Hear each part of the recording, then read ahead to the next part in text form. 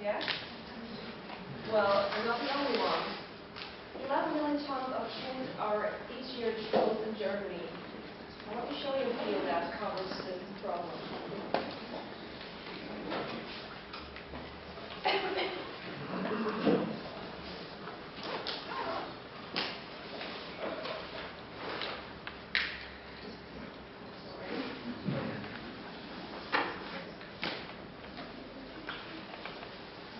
Each year, 1/3 of all the food the world produces is lost or wasted. Not only does this mean an economic loss, it means that all of the natural resources used for growing, processing, packaging, transporting, and marketing that food were also wasted. Imagine. 28% of the world's agricultural land grows crops that are wasted. That equals the total land area of China, Mongolia, and Kazakhstan. Plus the water wasted in growing those crops equals the annual flow rate of the Zambezi or the Volga rivers, an amount that could cover all the world's household water needs. And as agriculture and fisheries expand into wild areas, overexploit natural resources, forest and marine habitats are lost, along with their biodiversity. Above all, wasted food emits some 3.3 gigatons of greenhouse gases. If this were a country, it would represent the third largest emitting country in the world. This cannot continue. Alright, and I have the solution for this problem. HappyFridge, a mobile app that sends you a notification whenever a food item is about to reach its expiry date. Now, let me introduce you to our team. Our vision is to reduce food waste and thus make the world a better and eco-friendlier place. And now the team. Well, we're not only an international team, but we also come from different educational fields, which was very helpful to create the app. And now, Shady will continue with the content. So, this cannot continue, huh? We need to switch. So I will show you how we're going to solve this problem using a mobile app. So,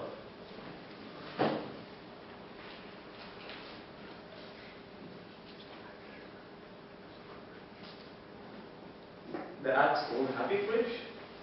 Now it's holding the food. And how you can make your fridge happier is by scanning the barcode of your product. After scanning your barcode, yeah, you sure don't know what the product is, but you get the product name and what is it. And then you scan the expiry date. It's 17th of October 2015. And you will get a summary of like, okay, this is the product ID quantity I want to specify, and the expiry date. So say I have 4 of them. Now your IC is now in the fridge. What about opening our fridge to see what we do with that? So you get the IC, fish, carrots, lemons. Actually, that's not at all good. I can say what? No, we cannot do all of this. And then when you click on the IC, you get information about the benefits of having IC. So it's healthy and it's good to consume from time to time. Afterwards, are you hungry? Probably yes. Dinner time. click on hungry. What can you cook from your HappyFridge? And then, depending on what you have in your fridge, it will make suggestions of what you can cook. And later on, if you're not interested on what's in the fridge, you can look for other recipes. But we didn't solve the problem yet. So, after sitting whenever in an office or something, you get a notification that make the word eco-friendly and consume your fridge, it will expire in 5 days. So then, you decide whether to consume your fish or not. So, back to our presentation. And our product vision. How we're gonna make this happen. So in the first 3 milestones, as you can see, we're focusing a little bit more in 2015 because we're more focusing on this time to make our product goes on, and then we later on make our future plan.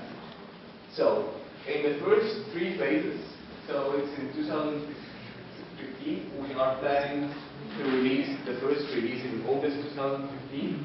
How many people we are? We're 5. 2 marketing people, 1 accountant or financial specialist, and 2 programmers. And that's all we need.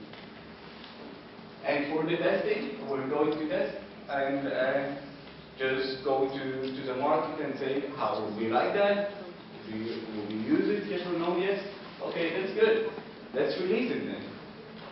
And after the release, how are we going to advertise our application? We are going to use the word of mouth. As many of us throw a lot of food, we go to the students and tell them, oh, look at this app, it's really good. It can suggest you recipes, it can suggest you what you can cook for today, and so on and so forth. And then we go to the market, to supermarkets, hypermarkets, we can advertise our application too. And lastly, we can use the social media as I said.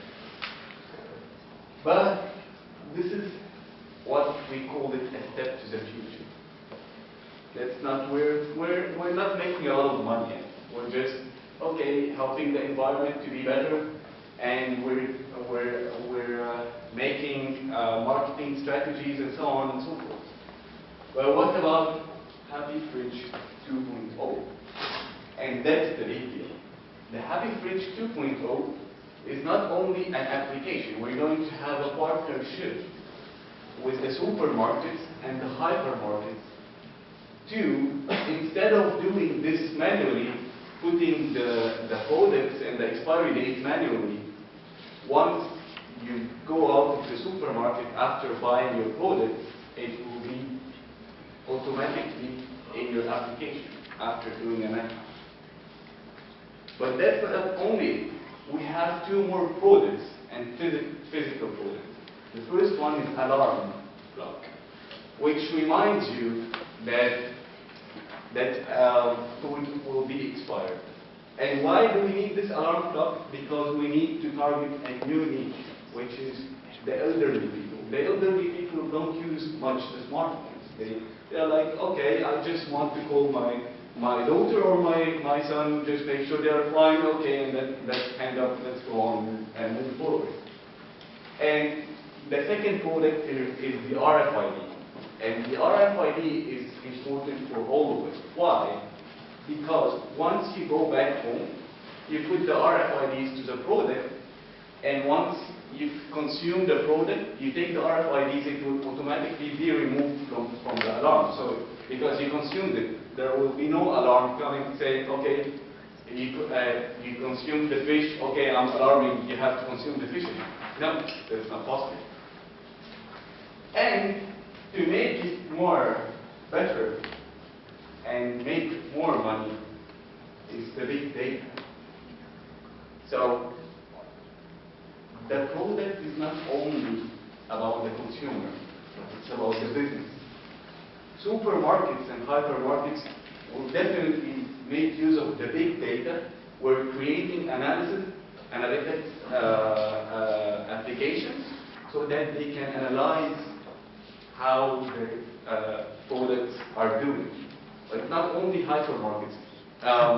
The food manufacturer can use it also, because then he can make a better supply chain management, he can make better marketing depending on who's consuming what and when. So they know your age, your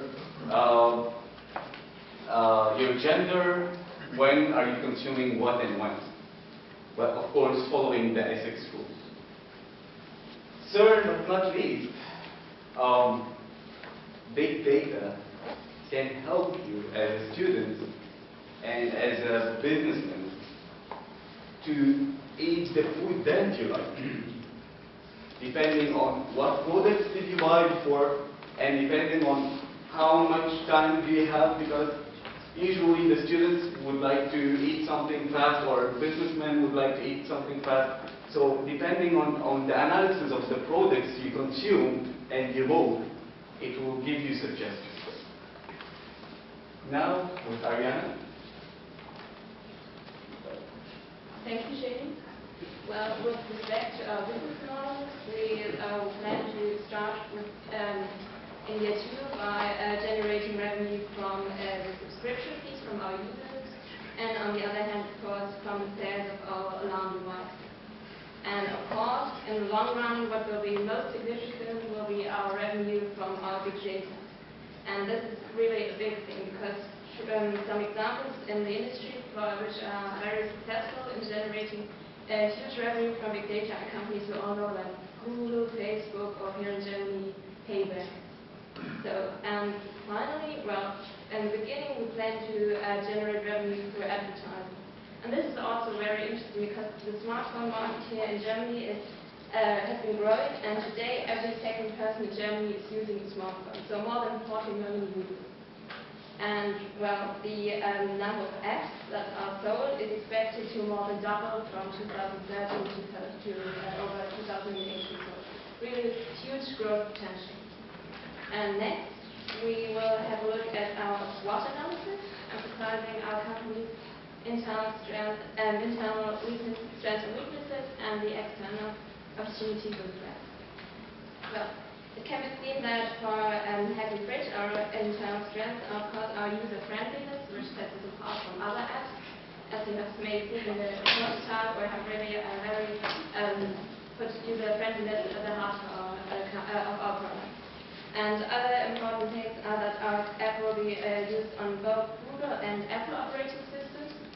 So this will be so we can reach practically every smartphone user. And well, for the weaknesses, of course, there are the missing awareness and our limited experience so far in the sector. And regarding the external factors, well, it can be said that a big opportunity is the possibility to cooperate with retailers. And other opportunities are, of course, the potential for us to generate revenue not only from advertising but also from e-subscription. Well, threats are, of course, that there's the possibility of similar apps, and also the fact that well, customers are often unwilling to pay for apps. We know that, but we plan to tackle this problem by offering the subscription, so as was done successfully. Well, and now our competitive analysis here. Well, we can say that compared to our competitors, HappyFridge has a clear advantage in terms of user-friendliness and also the interface, and also the fact that we are able to adapt your product to different languages. So offering German version, also when we expand across Europe, the app will be available in English, French, and the other languages. So with regard to our revenues, we expect to earn around 10,000 euros in year 1, around about 210,000 euros in year 2, and finally, in the long run, with our big data, we'll earn millions of euros, we expect. So when it comes to our financing, we plan to apply for scholarships such as the Gründerstipendium, and we also look for some business angels. And we offer here 20% of HappyFridge shares in exchange for 100,000 euros, be part of the Happy Revolution, and make the world a better and eco-friendlier place together with our team. And we have to see the beginning, that we all share through has made this business happen. Thank you for your attention.